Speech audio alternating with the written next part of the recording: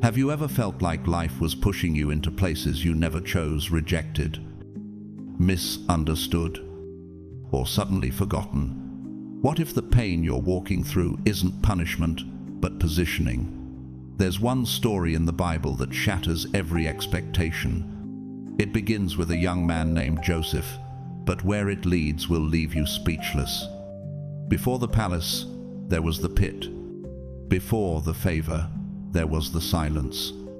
Joseph's journey is not just emotional, it's spiritual warfare disguised as daily life.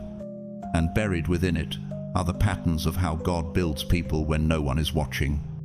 The kind of story that whispers to your soul, "This might be happening to me too." By Cord of the Dime, if you believe that God still raises up the forgotten and rewrites the stories of the rejected. Comment 777 below as a sign of faith and agreement. That number may be simple, but it carries weight in the spirit. And to every single person who supported this mission through super thanks, thank you. Your generosity is helping these messages reach the ones who need them most. Now get ready. We're about to enter Joseph's world, a world of dreams, betrayal, silence, and something divine moving beneath it all. Don't blink, because the moment that changes everything is closer than you think. Joseph, from slave to ruler, the shocking story of Jacob's son. In the ancient pages of Genesis, a young man named Joseph steps into the story not as an ordinary son, but as the treasured child of Jacob, also called Israel. Born in Jacob's later years and the firstborn of his beloved Rachel, Joseph held a place in his father's heart that no one else could touch. This affection was not hidden in whispers. It was woven into the gift Jacob placed upon his shoulders, a splendid robe. Rich in colors and unlike any garment his brothers had ever seen.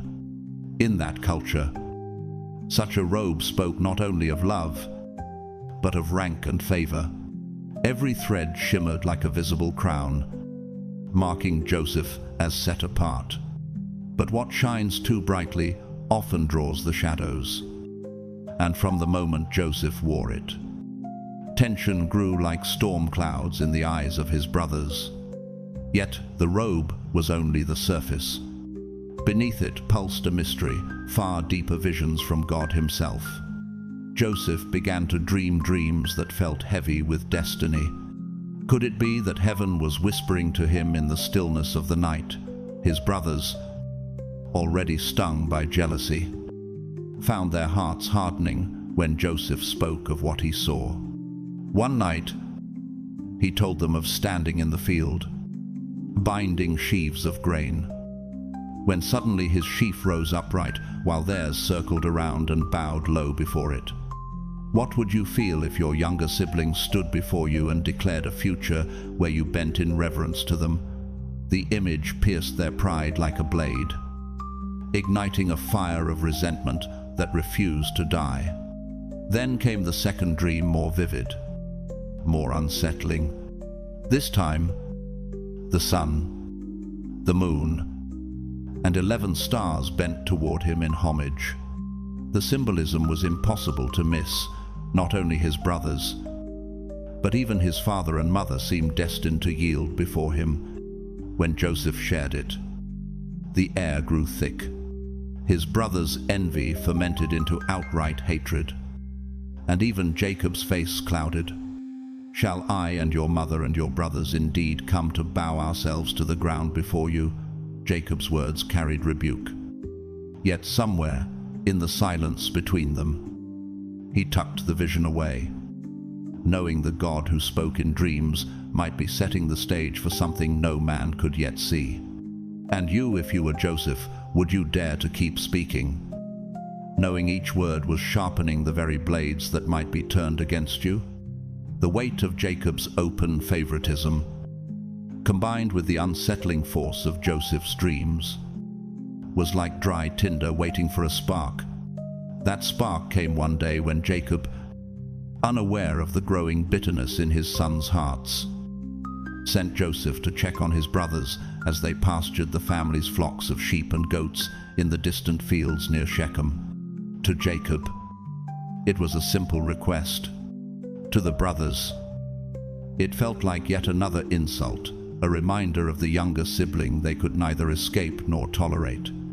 And as they lifted their eyes and saw the figure in the multicolored robe approaching from afar, their hearts hardened. "Here comes that dreamer," they muttered to one another, and a dangerous thought took root. If the dreamer were gone, so would his dreams be. Their voices grew tense with plotting plans not for harsh words, but for blood. Yet Reuben, the eldest, stepped in. Perhaps it was the lingering weight of responsibility as the firstborn, or perhaps a quiet hope to rescue Joseph later. "Let us not take his life," he urged. Instead, he persuaded them to strip Joseph of his robe and cast him into an empty cistern, alone and helpless, but still alive. His unspoken plan was to return later, lift his brother out, and bring him back to their father. For the moment, Joseph's cries echoed from the dark pit. The sky above him, a narrow strip of unreachable freedom. But before Reuben could act, destiny shifted. A caravan of Ishmaelite traders appeared on the horizon, their camels heavy with spices, balm, and myrrh bound for Egypt. Judah's eyes caught the opportunity. Why leave Joseph to die in the pit when they could profit instead? "Come, let us sell him to the Ishmaelites," he said, "and not lay our hands on him, for he is our brother, our own flesh." The others agreed. And so, and for 20 pieces of silver, they sold Joseph into the hands of strangers, watching as he was led away down the road toward Egypt, the desert swallowing his figure until he was gone. Their deed still needed a story. They took the robe, once a sign of their father's delight, and dipped it into the blood of a slaughtered goat. Bringing it to Jacob, they allowed him to believe what his heart most feared, that a wild beast had torn his beloved son apart. The grief was instant and devastating. Jacob tore his clothes, wrapped himself in sackcloth, and mourned for many days. No comfort could reach him, for the image of his son, now lost to him, was burned into his soul like a wound that would never heal. Far away from the wails of his grieving father, Joseph was carried southward, the desert wind biting at his face as the caravan pressed toward Egypt. Every step of the camel's hooves carried him farther from the hills of Canaan, from the life he had known, and deeper into a world ruled by Pharaoh. In the bustling markets of that foreign land, he was sold again, this time to Potiphar, the captain of Pharaoh's guard, a man of authority and precision, accustomed to measuring a man's worth by his skill and loyalty. For Joseph, the shift was staggering, from the cherished son draped in his father's robe to a servant in a strange household. And yet, the same God who had watched over him in Canaan now walked with him in Egypt. His hands, once accustomed to tending flocks, now served in Potiphar's house with such care and excellence that even his master began to take notice. Scripture records it simply: the Lord was with Joseph, and the Lord gave him success in everything he did. Genesis 39:2-3. Soon, Potiphar placed the entire estate under Joseph's management, from storerooms to servants, from fields to finances. All prospered under his stewardship. It seemed the favor of heaven had followed him into slavery. But shadows began to gather once more. Joseph's appearance, strong, well-built, and handsome, caught the attention of Potiphar's wife. What began as lingering glances soon became open advances. day after day. She sought to draw him into betrayal, but Joseph stood firm. His answer was clear and unwavering. How then could I do such a wicked thing and sin against God? Genesis 39:9. To Joseph, this was not merely about loyalty to his master. It was about faithfulness to the one who had never abandoned him. Then came the day when temptation cornered him, finding the house empty of other servants. She seized his cloak and demanded what he had long refused. In a heartbeat, Joseph tore himself free and fled into the open air, leaving the garment in her hands. Spurned and humiliated, she crafted a lie that would change everything, crying out that Joseph had tried to force himself on her and brandishing his cloak as proof. Potiphar's anger was swift and burning. No hearing, no defense, only the harsh order that cast Joseph into the dark confines of the king's prison. Once again, the arc of his life plummeted from trust and honor to chains and confinement. Yet even here, the story was not over, for the God who had been with him in the pit and in Potiphar's house was still with him behind the prison walls, weaving threads of destiny invisible to the human eye. Even within the cold walls of Pharaoh's prison, Joseph was not abandoned. The same unseen presence that had walked with him in Canaan's fields, in the depths of the cistern, and in the halls of Potiphar's estate was now with him in the darkness. The Lord's favor rested on him, and soon the eyes of the prison warden began to see what Potiphar had once seen, that this man's integrity and skill could be trusted. Bit by bit, responsibility was placed into Joseph's hands until he oversaw the daily lives of all the prisoners. As it had been in Potiphar's house, everything under his care flourished.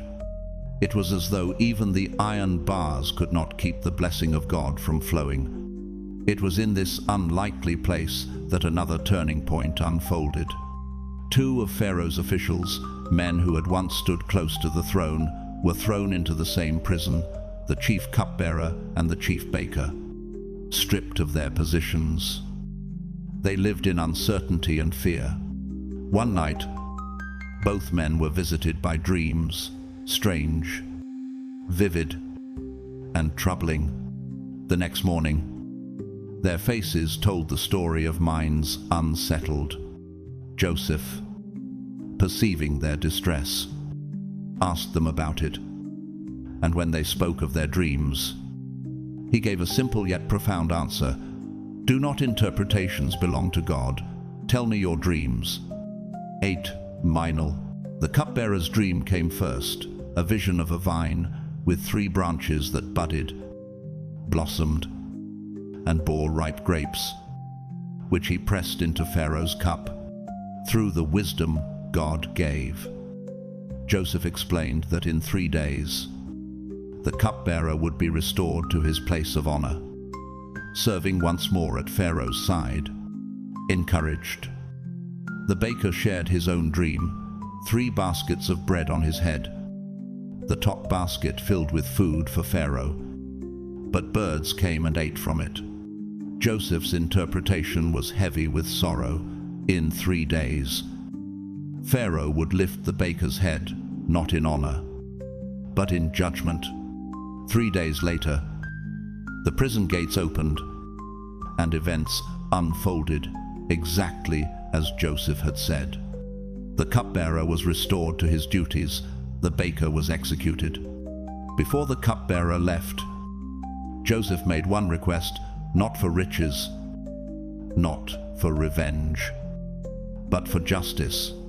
When all goes well with you, remember me, mention me to Pharaoh, so I can get out of this prison. Yet, as the days turned into weeks, and the weeks into months, the request faded from the cupbearer's mind. 2 long years passed. Joseph remained behind stone walls. The dreams God had given him as a boy still unfulfilled. The memory of home perhaps both a comfort and a torment. But heaven's silence was not heaven's absence. The stage was being set, and the very gift that had drawn hatred from his brothers would soon be the key that opened the gates to his destiny. 2 years passed in the slow rhythm of prison life, days marked by the clang of gates and the shuffle of chained feet. To most, Joseph was just another forgotten prisoner, but to heaven, he was a man waiting at the exact coordinates of God's timing. Then, one night, far above the dungeon's darkness, Pharaoh himself was shaken from sleep by dreams that left him restless and afraid. In the first, 7 sleek, well-fed cows grazed peacefully along the Nile's lush banks until 7 gaunt, hollow-eyed cows emerged and devoured them, leaving no trace of their fullness. In the second, 7 plump heads of grain swayed in the sun, only to be swallowed by 7 thin, scorched heads, brittle from the east wind. The visions clung to Pharaoh's mind like a shadow at dawn.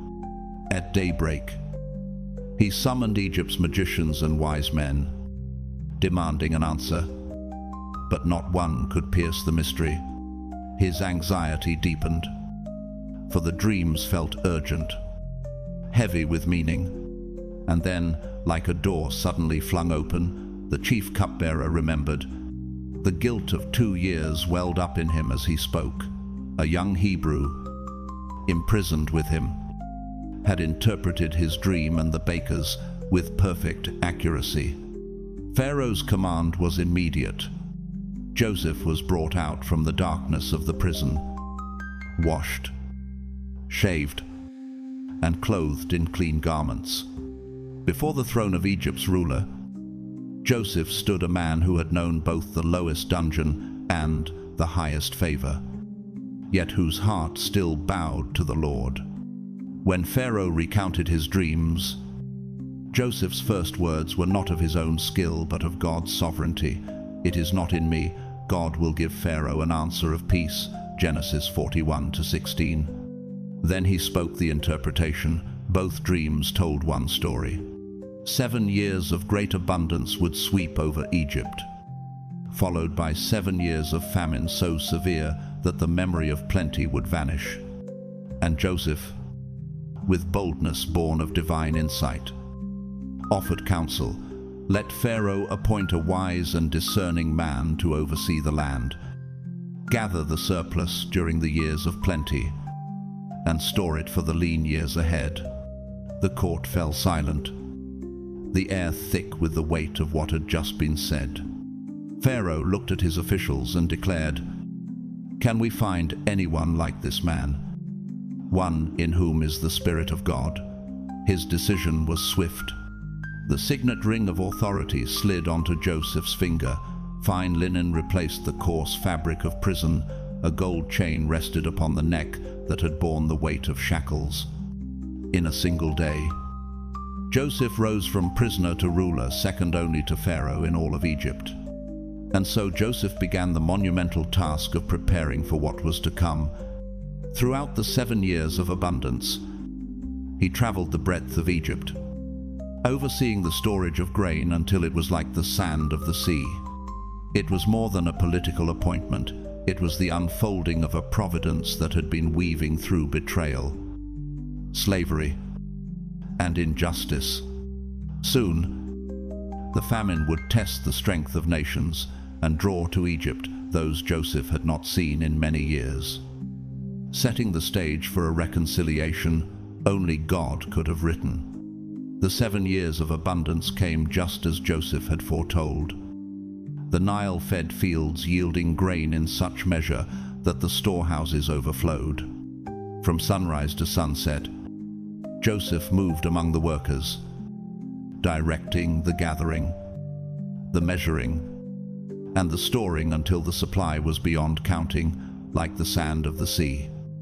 As the scriptures say, the granaries of Egypt became rivers of provision, quietly filling while the rest of the world enjoyed its season of ease. Yet Joseph knew the truth. The years of famine were drawing closer with every harvest.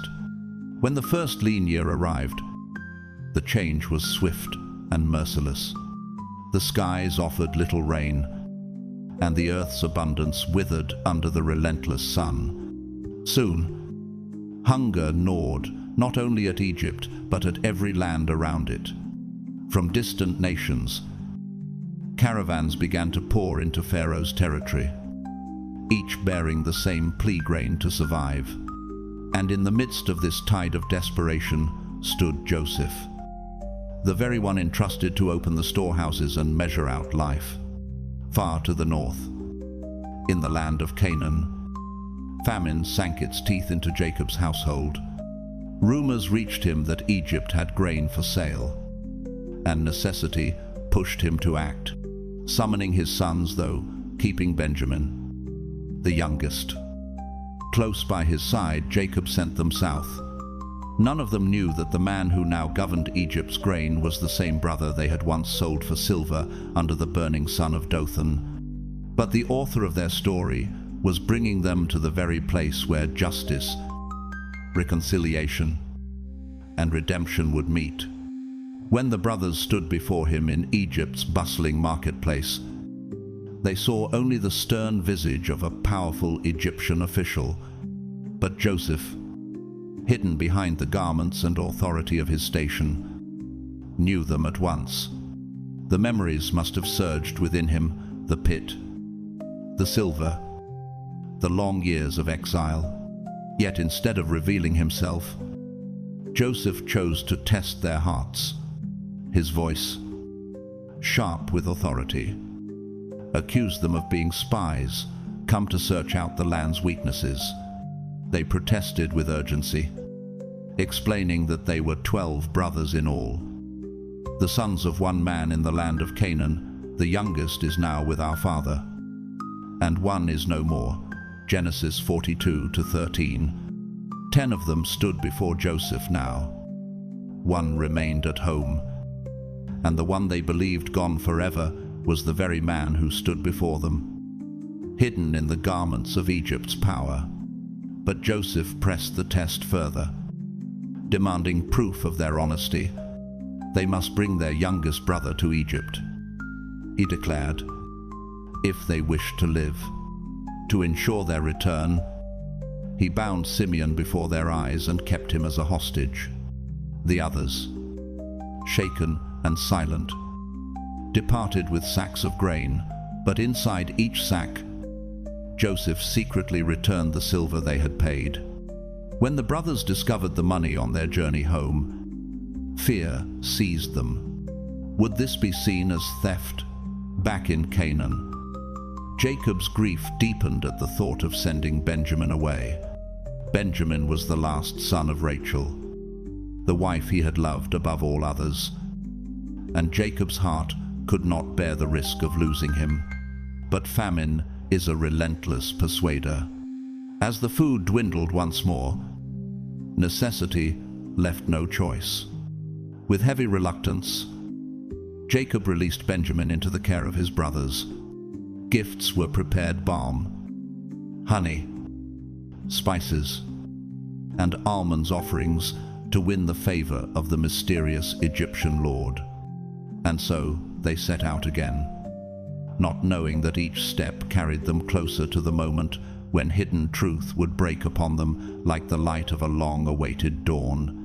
When the brothers returned to Egypt with Benjamin, the youngest son of Jacob, they entered the city with a mixture of hope and dread. Their previous journey had left them shaken, and they did not know what awaited them in the presence of the mysterious Egyptian ruler.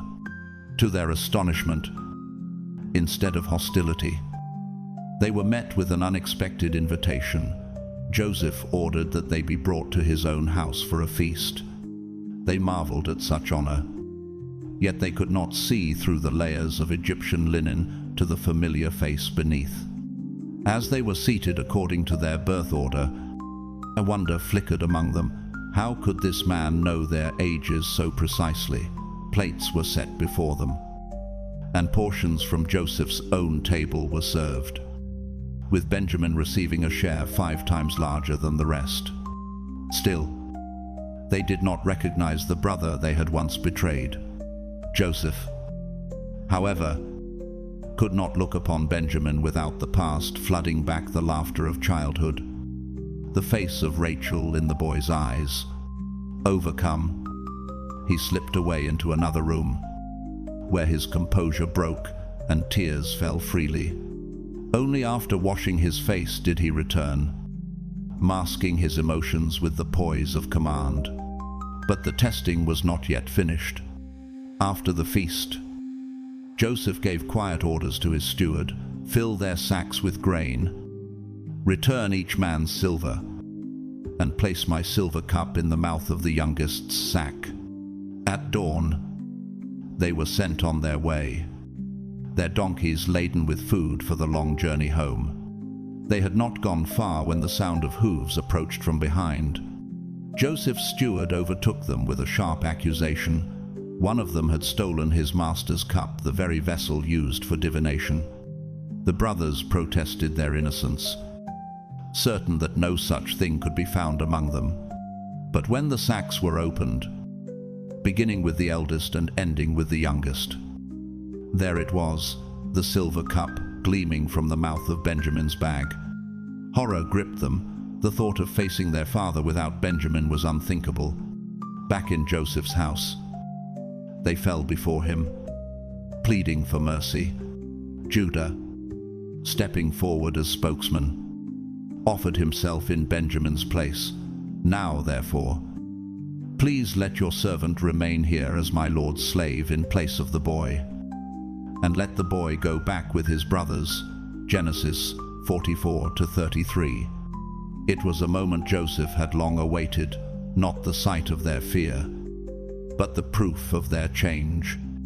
The men who had once sold a brother for silver now stood ready to lose themselves for another. Joseph's heart could bear the disguise no longer. He ordered all Egyptians out of the room, and as the doors closed, his voice broke. Tears came in torrents, so loud that Pharaoh's household heard the sound. Through sobs, he spoke the words that froze his brothers in place. I am Joseph. Is my father still alive? They stood in stunned silence, their minds struggling to bridge the gap between the man before them and the boy they had last seen bound for slavery. But Joseph, seeing their fear, hastened to comfort them. Do not be distressed or angry with yourselves because you sold me here, for God sent me before you to preserve life.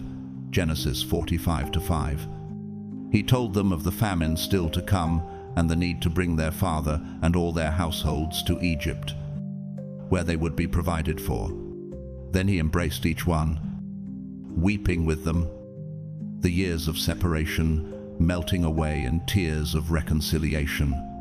When the news reached Pharaoh's court, the king himself was moved. He offered Joseph's family the best of Egypt's land, that they might settle there and flourish. What had begun as betrayal was now crowned with blessing, a story only God could have written, turning treachery into salvation for nations. Joseph wasted no time in sending his brothers back to Canaan. Their wagons were laden with provisions, gifts, and the promise of a new home. But the greatest cargo they carried was the news itself, the truth that would shatter years of grief. When they told their father, Joseph is still alive, and he is ruler over all the land of Egypt, Jacob's heart nearly stopped. The weight of the words was almost too much for the old man to bear. But as the reality settled in, hope, long buried, flared to life. I am convinced, Jacob declared. My son Joseph is still alive. I will go and see him before I die. Genesis 45-28. The journey south was slow, but anticipation quickened every step. And when Jacob finally arrived in Egypt, the moment could not be contained by mere words. Joseph ran to meet him, threw his arms around his father's neck, and wept for a long time. the years of absence, the ache of betrayal, the shadow of uncertainty, all melted away in that embrace. It was more than a reunion, it was the fulfillment of a divine promise. The visible thread of God's providence now shining clear. Joseph personally brought Jacob before Pharaoh, the ruler of Egypt. Moved by respect for Joseph's father, welcomed him warmly. Pharaoh offered Jacob and his family the best of the land, the fertile region of Goshen, a place where their flocks could thrive. And so the Israelites settled, flourishing under Joseph's protection, their survival secured in the very nation where Joseph had once been a slave. But Joseph's role as Egypt's steward did not end with his family's arrival. The famine pressed on, and the people of Egypt and from lands far beyond continued to come to him for grain. When their silver was spent, Joseph accepted their livestock in exchange for food. When their animals were gone, they offered their fields and finally themselves as servants to Pharaoh. Through Joseph's careful and just administration, Egypt avoided starvation, and Pharaoh's power and wealth expanded over nearly all the land. Joseph's influence reached beyond politics and economics. It was the hand of God shaping history through one man's faithfulness. He had saved not only his father's household, but entire nations. His life was the living proof that even in betrayal, in slavery, in false accusation, and in prison, God's plan was unfolding patiently, precisely, and perfectly. As Joseph's years drew to a close, the man who had once walked the sands of Canaan as a shepherd boy now stood as a patriarch in a foreign land.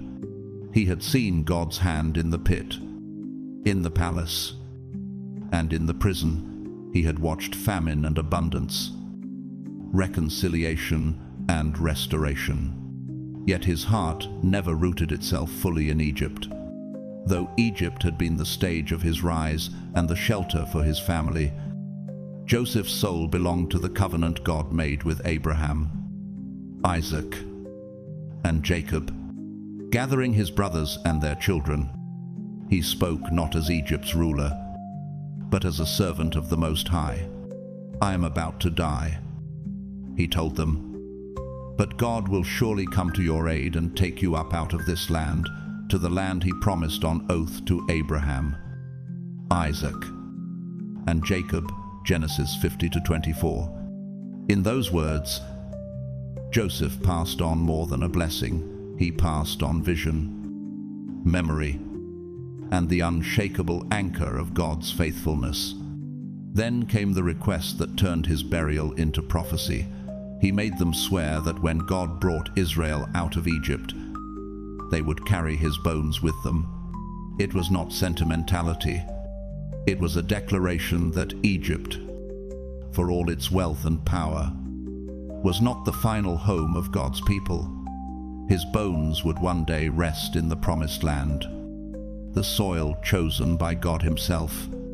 This oath would echo down the generations, whispered among the enslaved Hebrews, reminding them that their story would not end in Pharaoh's shadow.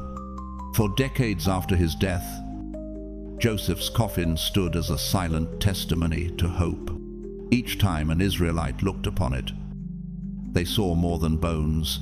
They saw a promise still waiting to be fulfilled.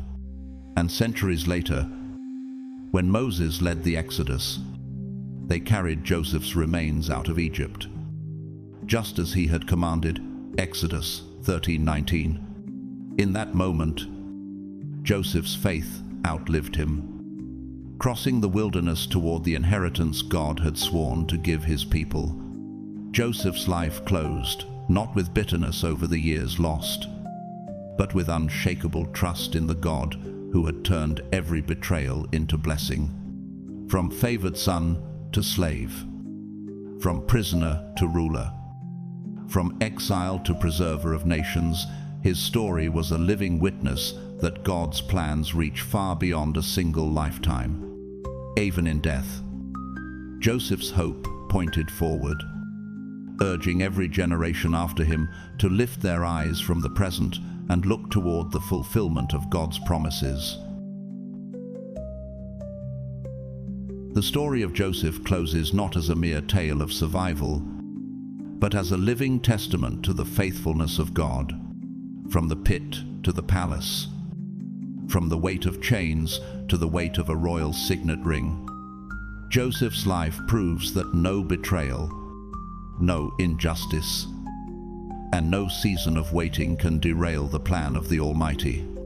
What men meant for harm, God turned for good, not just for Joseph, but for his family, for Egypt, and for entire nations. For me, Joseph's journey is more than history, it's a mirror. We all face seasons where the future feels locked away, where our prayers seem buried under silence. But Joseph's story whispers to every weary heart, God's silence is not his absence. Even when you cannot trace his hand, you can trust his heart. The same God who carried Joseph through betrayal, false accusation, and years of obscurity is still weaving the threads of your life into a greater tapestry. Today, you may feel trapped in a pit of your own. Maybe it's disappointment. Maybe it's loss. Maybe it's the long wait for a breakthrough. But Joseph's life reminds us that faith is not about escaping hardship, it's about holding on until the story turns, knowing that God is the one holding the pen. Your season of obscurity may be the very ground where God is preparing your greatest assignment. If this story stirred something in you, don't let it fade. Share it so that someone else might find the courage to keep trusting. Like this video. Subscribe. Hit the notification bell so you never miss these journeys through the Word. And leave a comment below with, "I trust God's timing," to declare your faith publicly. Thank you for walking with me through Joseph's incredible journey, whether you've supported through a super thanks or simply by being here. You're a vital part of this community. My prayer for you is simple.